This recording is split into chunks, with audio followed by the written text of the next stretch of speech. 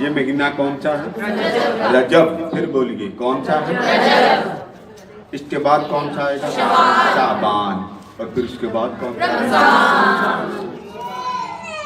जब ये माह मुकद्दसा आता था, ये मुबारक महीना आता था, आका करीम दुआ करते थे। आका करीम दुआ करते, दुआ के अल्फाज सुन लें। आका करीम फरमाते थे, अल्लाहुम्मा बारिक लना, ए अल्लाह जो रजब का महीना है ना, इसमें बरकत डाल दे। इस महीने में क्या डाल दे बेटे? ऊंचा बोले, बरकत। तो बरकत की दुआ ताजदार कायनात ने की।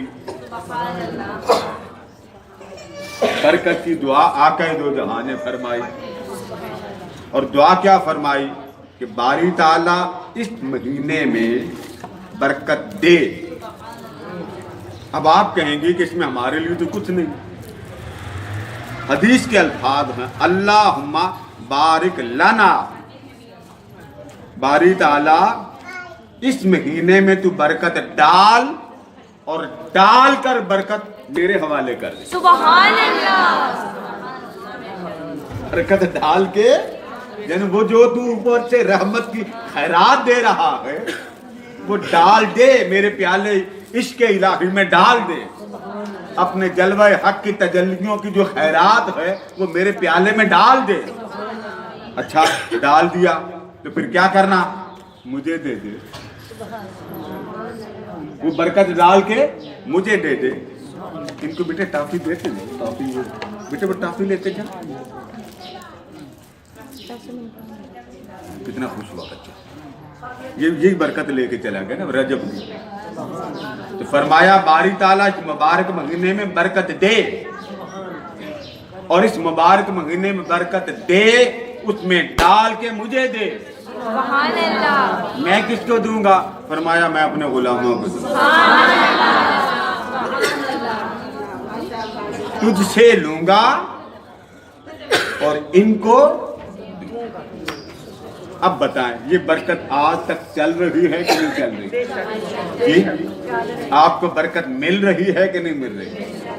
और फिर आगे दुआ का जुमला मुकम्मल सुने। अल्लाहुम्मा बारिक लना फी रजबिन, ए अल्लाह रजब में बरकत दे हमारे लिए। जब नबी अपने लिए मांगता है, इसका मतलब ये है कि वो उम्मत के लिए मांगता है। आगे क्या आया? व शाबान, या अल्लाह बरकत यहां से चला और शाबान के मोहल्ले में पहुंचा दे। कौन से महीने में? शाबान। रजब से चला और इतनी बरकत दे कि मैं बरकत लेते लेते शाबान में पहुंच जाऊं। बरकत खत्म ना हो, मुझे बरकत लेते लेते शाबान में चली जाए। आगे समाप्त कर। आगे फरमाया रजब से बरकत चले और पहुंचाए शाबान तक, और शाबान से चले वबल्लगना रमजान।